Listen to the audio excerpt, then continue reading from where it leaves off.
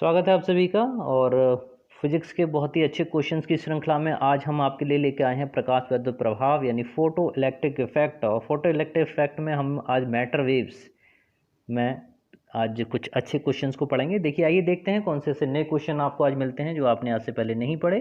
Question number 1 से start करते हैं। तो प्रकाश के प्रभाव द्वारा धातुओं से उत्सर्जित इलेक्ट्रॉनों को क्या कहते हैं?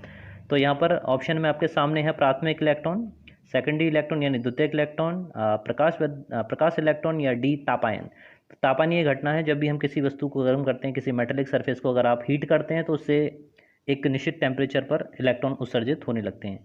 तो तापायन हुए, आपका द्वितीयक इलेक्ट्रॉन हुए और प्राथमिक इलेक्ट्रॉन, ये तीनों एक दूसरे से रिलेटेड है।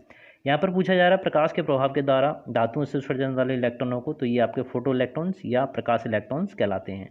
तो उसमें सही ऑप्शन आपका प्रकाश इलेक्ट्रॉन। सेकंड क्वेश्चन है कि धातु की सतह पर 4500 एंगस्ट्रॉम तरंगदैर्घ्य का प्रकाश डालने से प्रकाश इलेक्ट्रॉन उत्सर्जित होते हैं। इलेक्ट्रॉन की गतिज ऊर्जा बढ़ाने के लिए क्या करना चाहिए? तो यहाँ पर जो ऑप्शन में दे रखे हैं उन ऑप्शन को देख लीजिए। विकिरण की तीव्रता बढ़ानी चाहिए, या विकिरण की तरंगदैर्घ्य बढ़ानी चाहिए, या विकिरण की तरंगदैर्घ्य घटानी चाहिए, विकिरण की तीव्रता व तरंगदैर्घ्य दोनों बढ़ानी चाहिए। तो इसमें अगर फोटोन की ऊर्जा का सूत्र देखें तो E=h न्यू होता है। अगर तरंगदैर्घ्य के कॉन्सेप्ट में देखें तो Sc/λ। तो यहाँ पर अगर आप इलेक्ट्रॉन की गति ऊर्जा बढ़ाना चाह रहे हैं तो देख रहे हैं कि लैम्डा का मान अगर हम कम करेंगे, जितना कम से कम कर पाएंगे उतना उसकी एनर्जी बढ़ेगी। तो यहाँ पर अगर तरंगदैर्घ्य का मान घटाएंगे तो उसका एनर्जी बढ़ेगी। तो इसमें सही ऑप्शन आपका सी। जैसे पहले भी बता चुके हैं, ये क्वेश्चन सभी फिजिक्स पढ़ने वालों के लिए बहुत ही इंपॉर्टेंट हैं। तो आप बड़े धैर्य के साथ में इन सभी क्वेश्चंस को रिमाइंड कीजिए और लगातार देखते रहिए और दूसरे लोगों को भी बताइए। और ये वाला पॉइंट, इसमें जो प्रकाश विद्युत प्रवाह हम लोग चैप्टर पढ़ रहे हैं, इसमें एक स्पेशल फार्मूला आता है। उस फार्मूले को आप लोग देख लीजिए। काफ़ी सारे स्टूडेंट्स को मैंने देखा है कि एग्जामिनेशन में वो लॉन्ग ट्रिक अपनाते हैं, ठीक है, एक लॉन्ग मेथड अपनाते हैं, जबकि उसी लॉन्ग मेथड को हम बहुत ही शॉर्ट मेथड से कर सकते हैं। तो इसमें इस वीडियो में आज हम उसके बारे में जानेंगे। क्वेश्चन नंबर 3 पे देखते हैं, किसी धात्विक पृष्ठ से इलेक्ट्रॉन उत्सर्जन तभी संभव है जब आपतित प्रकाश की आवृत्ति, तो दहली आवृत्ति और दहली तरंगदैर्घ्य वही आवृत्ति और तरंगदैर्घ्य हैं जिसपे किसी भी धात्विक पृष्ठ से इलेक्ट्रॉन उत्सर्जित होते हैं। तो दहली आवृत्ति के लिए कभी भी कहा जाता है तो मिनिमम आवृत्ति कहता है, मिनिमम फ्रीक्वेंसी, ठीक है। और तरंगदैर्घ्य के लिए अगर बात की जाए तो कभी भी अधिकतम तरंगदैर्घ्य बोला जाता है। तो यहाँ पर अगर न्यूनतम तरंगदैर्घ्य की बात करें तो अगर आप उससे इलेक्ट्रॉन उत्सर्जित करना चाहते हैं तो प्रकाश की जो आवृत्ति है वो दहली तरंग से अधिक होनी चाहिए। तो इसमें जो ऑप्शन है वो आपका दहली आवृत्ति से अधिक हो। तो क्वेश्चन नंबर 3 का डी ऑप्शन करेक्ट है। नेक्स्ट क्वेश्चन देखते हैं, क्वेश्चन नंबर 4। क्वेश्चन नंबर 4 आपके सामने एक प्रकाश विद्युत प्रभाव का कार्यफलन यानी वर्क फंक्शन गिवन है आपको। 3.3 इलेक्ट्रॉन वोल्ट दे रखा है। दहली तरंगदैर्घ्य कितनी होगी, ठीक है, दहली तरंगदैर्घ्य का मान निकालना। और ऑप्शन में आपके सामने, अच्छा ठीक है, इसमें थोड़ा मिस्टेक है, हर्ट्स में नहीं होगा भैया, ठीक है। हर्ट्स तो होगा लेकिन यहाँ पर तरंगदैर्घ्य नहीं होगी। यहाँ पर क्या होना चाहिए, दहली आवृत्ति होनी चाहिए, ठीक है, फ्रीक्वेंसी, क्योंकि आवृत्ति का मात्रा की क्या होता है, हर्ट्स होता है, तो उसको ध्यान रखिए, थोड़ा प्रिंटिंग मिस्टेक। खैर, तो यहाँ पर आगे चलते हैं। तो वर्क फंक्शन आपके पास में W का मान गिवन है। W आप लिखेंगे 3.3 इलेक्ट्रॉन वोल्ट। और first of all you have to change electron volt into joule. तो उसमें जूल में चेंज करने का तरीका 1.6 10⁻⁻19 इसका मल्टीप्लाई करेंगे तो ये यहाँ से इलेक्ट्रॉन वोल्ट से जूल में कन्वर्ट होगा। अब क्योंकि यहाँ पे पूछा है दहली आवृत्ति के बारे में, तो दहली आवृत्ति का मान अगर दिखाया जाए तो W बराबर किसके होगा, H इंटू न्यू नॉट के होगा, ठीक है, न्यू ज़ीरो। यहाँ पर न्यू जीरो का मान निकालना है, इन दोनों वैल्यूज़ को आपस में बराबर करेंगे। तो यहाँ पर H का मान आप ध्यान रखिएगा, H का मान कितना होता है 6.6 इंटू 10⁻⁻34, इतना जूल इंटू सेकेंड होता है, और न्यू नॉट इसके बराबर। तो यहाँ पर ये दोनों वैल्यूज़ आप बराबर करेंगे, तो उस बराबर करने में भी ध्यान दीजिएगा। 3.3 से 6.6 को आप काटेंगे, ठीक है, तो 2 इंटू 10⁻⁻34 होगा, और इसका इसमें आके भाग लगा दीजिए। तो यहाँ पर जो आपके पास में आंसर आएगा वो आएगा आपके पास में, इस 13 को उधर ले जाएंगे, ठीक है ना, 2 का भाग लगाएंगे 0.8 आएगा, और यहाँ से पावर को मेंशन कीजिएगा तो आपके पास आंसर आएगा 8 इंटू 10⁻14 हर्ट्स। तो ये आपका आंसर होगा, चेक कर लीजिएगा, यही आंसर रहेगा, ठीक है ना। आगे चलते हैं क्वेश्चन नंबर 5 पर। जब तरंगदैर्घ्य लैम्डा का प्रकाश एक फोटो उत्सर्जक तल पर गिरता है तो गतिज ऊर्जा ईके के इलेक्ट्रॉन उत्सर्जित होते हैं, ठीक है भाई, होने दीजिए। आगे कह रहा है इलेक्ट्रॉन की गतिज ऊर्जा बढ़ाकर 2a की यानी इसकी डबल करनी हो तो तरंगदैर्घ्य जो लैम्डा है उसका मान कितना करना होगा। तो यहाँ पर जो सही ऑप्शन है लैम्डा बाई इसका मान कितना करना पड़ेगा। तो यहाँ पर अधिकतम का मान आपके पास लैम्डा था कि अगर मान इससे कम ही होना चाहिए, क्योंकि अधिकतम इतनी ही प्रकाश की तरंगदैर्घ्य होगी। तो इसमें जो सही ऑप्शन है वो आपका इंडिकेट कर रहा है इस फंक्शन को, यानी सी को, ठीक है। तो मेरे अकॉर्डिंग जो सी आंसर है वो आपका सही है। कि जो लैम्डा डैश है उसका मान लैम्डा से कम होना चाहिए और कहाँ तक, लैम्डा बाई 2 से बड़ा होना चाहिए। ठीक है, तो क्वेश्चन नंबर 5 का आंसर आपके सामने था। बात करते हैं क्वेश्चन नंबर 6 पे। किसी धातु का carbon Hc upon lambda naught है, इसके पृष्ठ पर लैम्डा तरंगदैर्घ्य का प्रकाश आपतित होता है, धातु में से इलेक्ट्रॉन उत्सर्जन के लिए क्या शर्त है? तो इसमें भी अगेन वही है कि लैम्डा का मान कम होना चाहिए या फिर उसके बराबर हो या फिर उससे कम हो, जो क्वेश्चन नंबर 5 भी इसी तरफ इंडिकेट कर रहा था। तो यहाँ पर जो सही ऑप्शन है वो आपका है सी, लैम्डा इज स्मॉलर और इक्वल टू लैम्डा नॉट, यानी दहली तरंगदैर्घ्य या वेवलेंथ के। तो यहाँ पर ये क्वेश्चन नंबर 6 कंप्लीट होता है। अगले क्वेश्चन पे आते हैं। क्वेश्चन नंबर 7 पे आते हैं। किसी धातु से प्रकाश विद्युत प्रभाव प्राप्त करने के लिए दीर्घतम तरंगदैर्घ्य 200 नैनोमीटर होनी चाहिए। नैनोमीटर है। 100 नैनोमीटर के विकिरण से प्राप्त प्रकाश इलेक्ट्रॉन की अधिकतम गतिज ऊर्जा कितनी होगी? तो यहाँ से सबसे पहले हमें पता करना पड़ेगा आपके लिए वर्क फंक्शन। तो वर्क फंक्शन के लिए आपका 200 नैनोमीटर है। इस नैनोमीटर को हम लोग लैम्डा में चेंज करें और एंगस्ट्रॉम में चेंज करें तो इसमें लैम्डा नॉट का मान हम लोग लिख सकते हैं 2000 यानी 2000 इंटू 10⁻⁻10, यानी इसको आप लिख सकते हैं 2000 एंगस्ट्रॉम। ध्यान से देखिएगा, जिस ट्रिक की बात मैं कर रहा था वही ट्रिक यहाँ पर अपनाने वाले हैं हम। तो यहाँ पर सबसे पहले W का मान निकाला जाए, ठीक है। और W का मान निकालने के लिए यहाँ पर मैं 12375 का यूज़ करूँगा। तो यहाँ पर 12375 अपॉन लैम्डा नॉट, और यहाँ पे सीधा सीधा मान एंगस्ट्रॉम वाला रखेंगे, यानी लैम्डा के प्लेस पर, लैम्डा नॉट के प्लेस पर रखेंगे केवल 2000 और 2000 का आप 375 में भाग लगाइएगा। तो यहाँ पर जो वैल्यू आपके पास में आएगी वो आएगी 6.1875 के इक्विवेलेंट आएगी। इतना इलेक्ट्रॉन वोल्ट है। W का मान आपको सीधा सीधा इलेक्ट्रॉन वोल्ट में मैंने बताया। ये वाला जो कार्यफलन है ये 200 नैनोमीटर के लिए है, ठीक है, जिसको हमने 2000 एंगस्ट्रॉम में चेंज कर लिया। अब यहाँ पर देखिएगा 100 नैनोमीटर के विकिरण से कितनी ऊर्जा प्राप्त होगी। तो जैसे प्रकाश विद्युत प्रभाव के सरफेस के लिए आप सभी जानते हैं कि इस पर अगर हमने hν आवृत्ति का प्रकाश गिराया, ठीक है, तो कुछ तो इसके अंदर W के रूप में यहाँ से इलेक्ट्रॉन को सरफेस तक लाने में खर्च होने वाली एनर्जी होगी, और बाकी एनर्जी यहाँ से जो इलेक्ट्रॉन एमिट होंगे उनकी गतिज ऊर्जा के बराबर होगी। इसका मतलब ये हुआ कि दी गई ऊर्जा आपकी E के बराबर थी और इसका मान बराबर किसके हो जाएगा, E = W + E के। ठीक है, आइंस्टीन की ये समीकरण है और इस समीकरण में हम W का मान अभी आपके सामने निकाल चुके हैं, जिसका मान आया था आपके पास में 6.1875। अब ये जो 100 नैनोमीटर जो दे रखा है इसके द्वारा हम E का मान निकालेंगे, उसका भी मान सीधे सीधे इलेक्ट्रॉन वोल्ट में निकालेंगे। अगेन मैं वही फॉर्मूला यूज़ करूँगा 12375 अपॉन, और 100 को मैंने लिख लिया 1000 एंगस्ट्रॉम। ध्यान दीजिएगा, नैनोमीटर को मैंने एंगस्ट्रॉम में चेंज कर लिया। तो यहाँ से अगर भाग लगाएंगे तो वैल्यू आपको मिलेगी 12.375। तो इस तरह से ये हुआ E का मान, और W का मान अभी मैं फिर से लिख लेता हूँ। W का मान हमने निकाला था 6.1875। अब रहा कि उसके इलेक्ट्रॉनों की गति ऊर्जा कितनी होगी। तो E के का जो मान निकलेगा वो इन दोनों को घटा के निकलेगा, माइनस करके निकलेगा। इसको माइनस करेंगे तो ये वैल्यू आपके पास में भी इतनी ही आनी है, 6.1875 ही आनी है। और इसको राउंड ऑफ करके अगर हम करें तो ये वैल्यू आपके पास में आएगी 6.2 के बराबर। तो इसमें 6.2 जो अधिकतम गतिज ऊर्जा है वो इसके बराबर होगी। हाँ, ये बात बिल्कुल सही है कि आपका W भी इतना ही आया था। अगर कार्यफलन की बात की जाती तो उसका मान भी 6.2 इलेक्ट्रॉन वोल्ट ही आप लिखते। क्वेश्चन नंबर 8 पर आते हैं। सोडियम धातु के प्रकाश विद्युत दहली तरंगदैर्घ्य का मान 5400 एंगस्ट्रॉम दे रखा है। सोडियम के लिए कार्यफलन का मान ज्ञात कीजिए। अगेन आप वही कीजिएगा कि W का मान 12375 और डिवाइड कीजिएगा 5400 एंगस्ट्रॉम से, 5400 एंगस्ट्रॉम से भाग लगाएंगे तो सीधा सीधा मान आपको इलेक्ट्रॉन वोल्ट में प्राप्त होगा, और ये वैल्यू आपको मिलेगी लगभग 2.3 के इलेक्ट्रॉन वोल्ट के आसपास। तो इस तरह से ये क्वेश्चन नंबर 8 हमारा कंप्लीट होता है। क्वेश्चन नंबर 9 पर आते हैं कि किसी कैथोड पृष्ठ का कार्यफलन, यहाँ पर W का मान गिवन है आपको और W का मान दे रखा है 3.3 इलेक्ट्रॉन वोल्ट, और पूछा गया इस पृष्ठ से प्रकाश इलेक्ट्रॉनों के उत्सर्जन के लिए आपतित प्रकाश की न्यूनतम आवृत्ति कितनी होगी। तो यहाँ पर वही आवृत्ति के मान के बारे में पूछा, तो यहाँ पर आपको उसी तरह से जैसे हमने पहले बता चुके हैं उसी तरह से करना पड़ेगा कि W का मान आपको इक्विवेलेंट करना पड़ेगा 3.3 इंटू 1.6 इंटू 10⁻⁻19 के।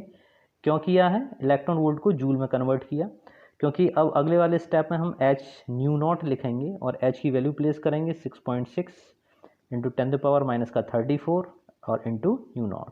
ठीक है, इसका उसमें भाग लगा दीजिएगा पूरे फैक्टर में, तो 3.3 से 6 टाइम्स कटेगा और न्यू नॉट का मान जो आपका बराबर आएगा वो आपका आएगा 8 × 10⁻14। ये शायद क्वेश्चन रिपीट हो गया, ठीक है। 8 × 10⁻14 हर्ट्स इसका आंसर होगा। नेक्स्ट क्वेश्चन पे आते हैं। क्वेश्चन नंबर 10 आपके सामने है कि किसी धातु के कार्यफलन W का मान दे रखा है 4 इलेक्ट्रॉन वोल्ट। इस धातु के पृष्ठ से शून्य वेग का प्रकाश इलेक्ट्रॉन उत्सर्जित करने के लिए आपतित प्रकाश की तरंग दैर्घ्य कितनी होनी चाहिए। तो इस क्वेश्चन को अगर देखें तो अगेन हम आइंस्टीन की समीकरण लिखेंगे E = W + EK, ठीक है, काइनेटिक एनर्जी।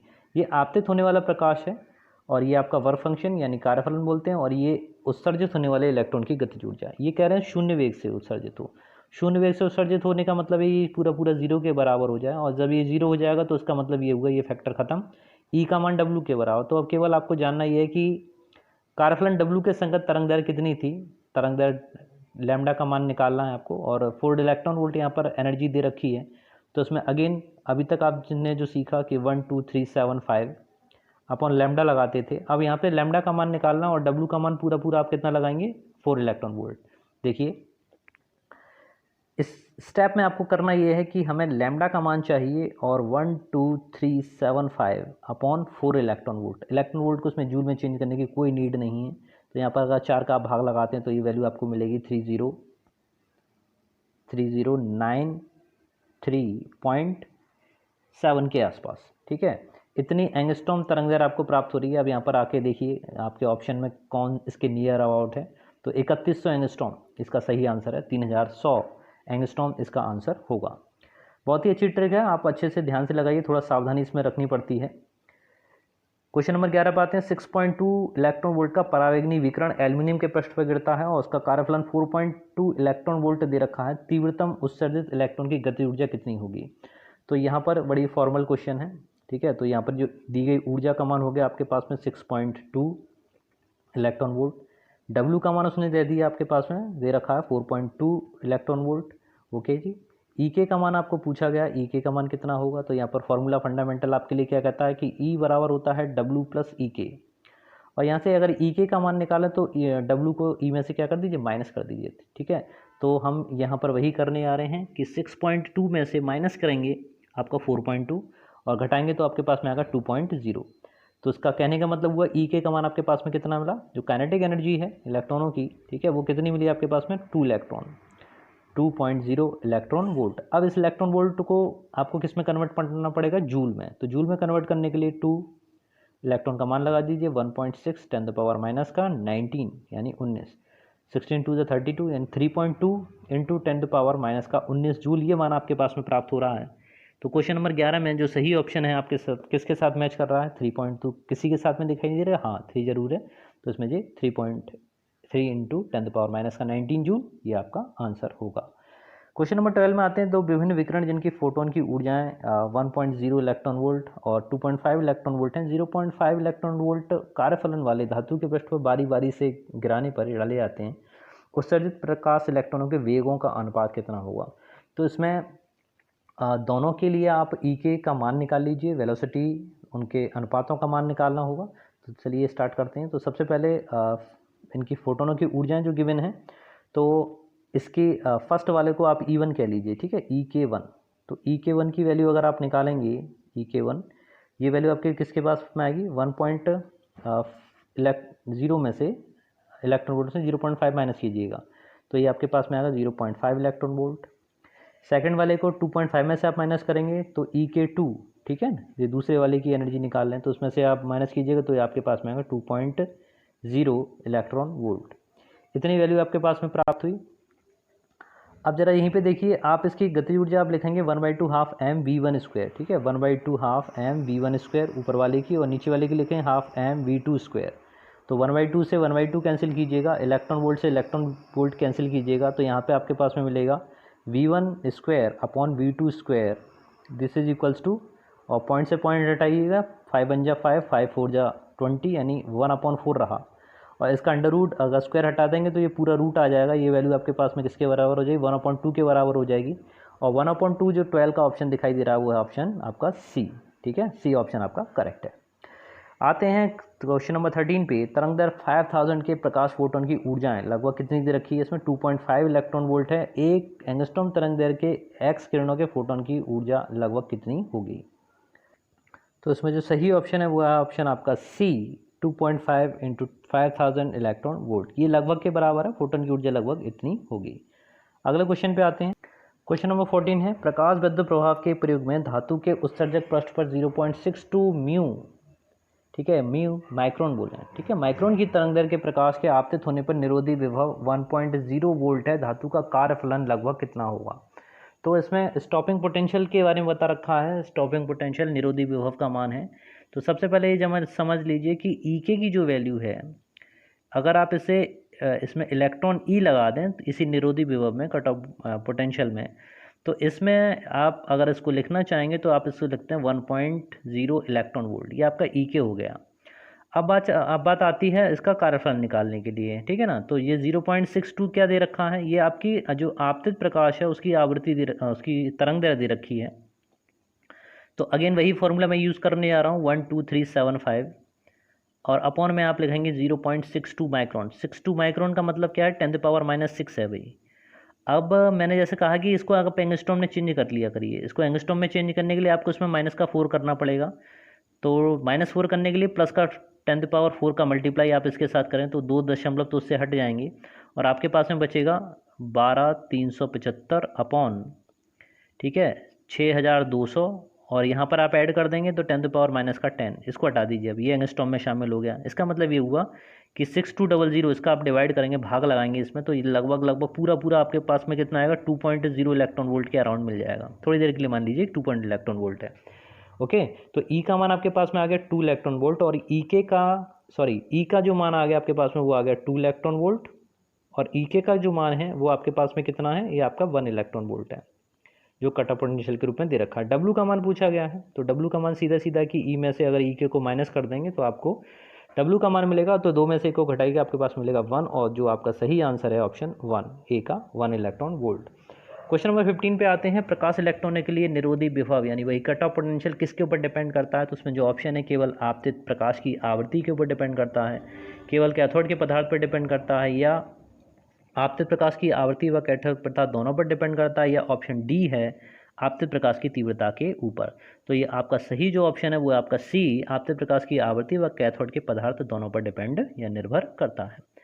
चलिए आगे आते हैं क्वेश्चन नंबर 16 पे। प्रकाश स्रोत को प्रकाश विद्युत सेल से 1 मीटर दूर रखने पर निरोधी विभव 4 वोल्ट होता है। जब प्रकाश स्रोत को सेल से 3 मीटर की दूरी पर रखते हैं तब निरोधी विभव कितना होगा? ठीक है, तो फटाफट से इसको करने मत लग जाइएगा क्योंकि क्वेश्चन को ध्यान से देख लीजिएगा। प्रकाश विद्युत सेल से 1 मीटर डिस्टेंस पे दे रखा, डिस्टेंस से इसमें कोई मतलब नहीं होता, कट ऑफ पोटेंशियल से कोई लेना देना नहीं दूरी का। तो जो विभव पहले था उतना ही अभी रहेगा, तब भी निरोधी विभव आपका कितना रहेगा? 4 वोल्ट। ओके, नेक्स्ट क्वेश्चन पे आते हैं। क्वेश्चन नंबर 17 थोड़ा सा कट रहा है, देख लीजिएगा, थोड़ी प्रॉब्लम हो जाती है। यदि प्रकाश विद्युत प्रभाव के प्रयोग में आपतित प्रकाश की आवृत्ति को दोगुना कर दें तो निरोधी विभव यानी कट ऑफ पोटेंशियल कितना हो जाएगा? तो उसमें ऑप्शन है दोगुना हो जाएगा, बी है आधा हो जाएगा, सी है दोगुने से अधिक होगा, या डी दोगुने से कम होगा। तो इसमें जो ऑप्शन सही है वो आपका सी, दोगुने से अधिक होगा। ये आपका ऑप्शन सही है। क्वेश्चन नंबर 18 अगला क्वेश्चन है कि निम्नलिखित कण एक ही वेग पर गतिमान है, एक ही वेग से गति कर रहे हैं, अधिकतम डी ब्रोगली तरंग दैर्घ्य वाला कण कौन सा होगा? तो इसमें जो कण दे रखे हैं वो आपका बीटा कण है, प्रोटॉन है, अल्फा कण है और डी है आपका न्यूट्रॉन। तो इसमें जो सबसे एक ही वेग से गतिमान होने पर अधिकतम तरंग दैर्घ्य वाला कण जो होगा वो है आपका बीटा कण। बीटा कण की तरंग दैर्घ्य सबसे अधिक होगी। तो 18 का जो ऑप्शन सही है वो आपका है ऑप्शन ए यानी बीटा कण। अगले प्रश्न पर आए। क्वेश्चन नंबर 19 किसी गतिमान कण से बद्ध de ब्रोगली तरंग का मान, ठीक है, किसके ऊपर डिपेंड करता है? इसके द्रव्यमान के अनुक्रमणपाती होता है, ऊर्जा के अनुक्रमणपाती होता है, संवेग के अनुक्रमणपाती होता है, या डी इसके संवेग के व्युत्क्रमणपाती होता है। तो 19 का इसमें जो सही ऑप्शन है वो आपका इसके संवेग के व्युत्क्रमणपाती होता है। P = h/λ, ठीक है, ये जनरल है। तो लैम्डा की अगर वैल्यू निकालें तो लैम्डा = h/p, देख रहे हैं दोनों एक दूसरे के कैसे हैं? रेसिप्रोकल हैं, व्युत्क्रमणपाती हैं। तो उसके संवेग P = m × v होता है, द्रव्यमान इंटू वेग के बराबर। तो उसमें जो डी ऑप्शन है वो आपका करेक्ट है। 20 पर आए, समान गतिज ऊर्जा वाले विभिन्न कणों की डी ब्रोगली तरंगदैर्घ्य लैम्डा कण के द्रव्यमान पर निर्भर करती है। किस तरीके से निर्भर करती है? लैम्डा प्रोपोर्शनल एम होता है, लैम्डा प्रोपोर्शनल एम की पावर 1/2 होता है, लैम्डा प्रोपोर्शनल -1 होता है, ये लैम्डा प्रोपोर्शनल माइनस का 1/2 होता है। ठीक है, तो इसमें काइनेटिक एनर्जी को क्योंकि शामिल किया गया है, तो यहाँ पर काइनेटिक एनर्जी को देख लीजिए। काइनेटिक एनर्जी की अगर केस की बात की जाए तो उसमें जो लैम्डा है वो किस तरीके से डिपेंड करता है? लैम्डा इक्वल्स टू ये होता है आपके पास में h/√2mk। ठीक है, लैम्डा इक्वल्स टू h/mb पे ना चले जाइएगा, यहाँ पर तो आपको लग रहा होगा कि m की पावर -1 हो जाएगी। ठीक है ना, -1 के चक्कर में ना रहें। समान गतिज ऊर्जा के लिए पूछ रहा है, काइनेटिक एनर्जी को इंट्रोड्यूस करा रहा है, तो यहाँ पर आप देखेंगे कि m की पावर कितनी बनेगी? रूट से 1/2 होगी, और 1/2 जब ऊपर जाएगा तो m की पावर -1/2 होगा। तो इसमें जो सही ऑप्शन है वो है 20 का, आपका डी ऑप्शन ये करेक्ट आंसर। ठीक है ना, तो डी की लैम्डा प्रोपोर्शनल m पावर -1/2। मित्रों और साथियों, ये वीडियो बहुत ही उपयोगी रहेंगे, ऐसा मेरा मानना है। क्वेश्चन नंबर 21 पे आते हैं, तो आप ज़्यादा से ज़्यादा लोगों में जहाँ तक बता सकें आप बताइए, और अपना फ़ायदा उठाइए, अपने साथ साथ दूसरों को भी फ़ायदे लेने दीजिए। तो फोटोन के गतिज द्रव्यमान का सूत्र पूछा गया, इसमें गतिज द्रव्यमान के लिए ऑप्शन दिखाई दे रहे हैं, h/λ, h/λ/c, h/c या h/c इंटू लैम्डा। तो इसमें जो सही ऑप्शन है किसका, आपका सही आंसर है आपका डी के बराबर h/c इंटू लैम्डा के बराबर होगा, यहाँ पर सही आंसर है। 22 पर आते हैं। क्वेश्चन नंबर 22 है, फोटोन के गतिज द्रव्यमान का सूत्र पूछ रहे हैं। तो गतिज द्रव्यमान की बार बार गतिज द्रव्यमान की बात करी जा रही है। अगर विराम द्रव्यमान के बारे में पूछे तो क्या कहेंगे आप? फोटोन का जो विराम द्रव्यमान होता है वो होता है 0। ओके, तो यहाँ पर जो गतिज द्रव्यमान की बात है अगर देखें तो इस वैल्यू को हम इक्वल कर सकते हैं किसके? तो यहाँ पर आप जरा फॉर्मूला इक्वल करके देखिए, E = h था। ठीक है, और ये बराबर किसके करते हैं? mc² के, यानी द्रव्यमान ऊर्जा समीकरण के बराबर करते हैं। m का अगर मान यहाँ से निकालें तो ये मिलेगा आपको h/c²। ठीक है, तो इसमें जो 22 का है वो आपका बी ऑप्शन सही है, h/c²। वहीं पर अगर पहले वाले की बात करें तो न्यू की जगह अगर हम बात करते हैं hc/λ के बारे में। ठीक है, तो h से न्यू की जगह पर अगर हम लगाते, जैसे दोबारा लिख लेते हैं, तो यहाँ पर कह रहे हैं कि E की जगह पर h/न्यू की जगह पर अगर लिखते hc/λ और इसको बराबर करते mc² के, तो यहाँ c से एक c कैंसिल होता, और ये जब आप m का मान निकालेंगे तो c लैम्डा के साथ मल्टीप्लाई में आ जाता, तो आप इसको लिख देते h/c λ, जो आपका ऊपर वाले का आंसर था। ठीक है, तो दोनों ही आंसर मैंने आपको बता दिए। 23 और आज के इस वीडियो का लास्ट क्वेश्चन है, किसी गतिमान आवेशित कण से संबद्ध दे ब्रोगली तरंगदैर्घ्य निर्भर नहीं करती है, किसके ऊपर? ऑप्शन में देखिए, द्रव्यमान पर, आवेश पर, सी वेग पर, या डी उसके संवेग पर। तो इसमें जो सही ऑप्शन है m λ = h/mb, और इसमें देखिए सभी चीज़ें स्पष्ट हैं, बस नहीं है तो क्या आपका चार्ज नहीं है, यानी आवेश नहीं है, तो ये आवेश पर निर्भर नहीं करती। तो 23 का जो सही आंसर है वो आपका ऑप्शन बी है। तो आज का वीडियो यहीं पर समाप्त करते हैं। नेक्स्ट वीडियो में बहुत ही जल्दी आपसे मिलता हूँ, तब तक के लिए जय हिंद, जय भारत, धन्यवाद।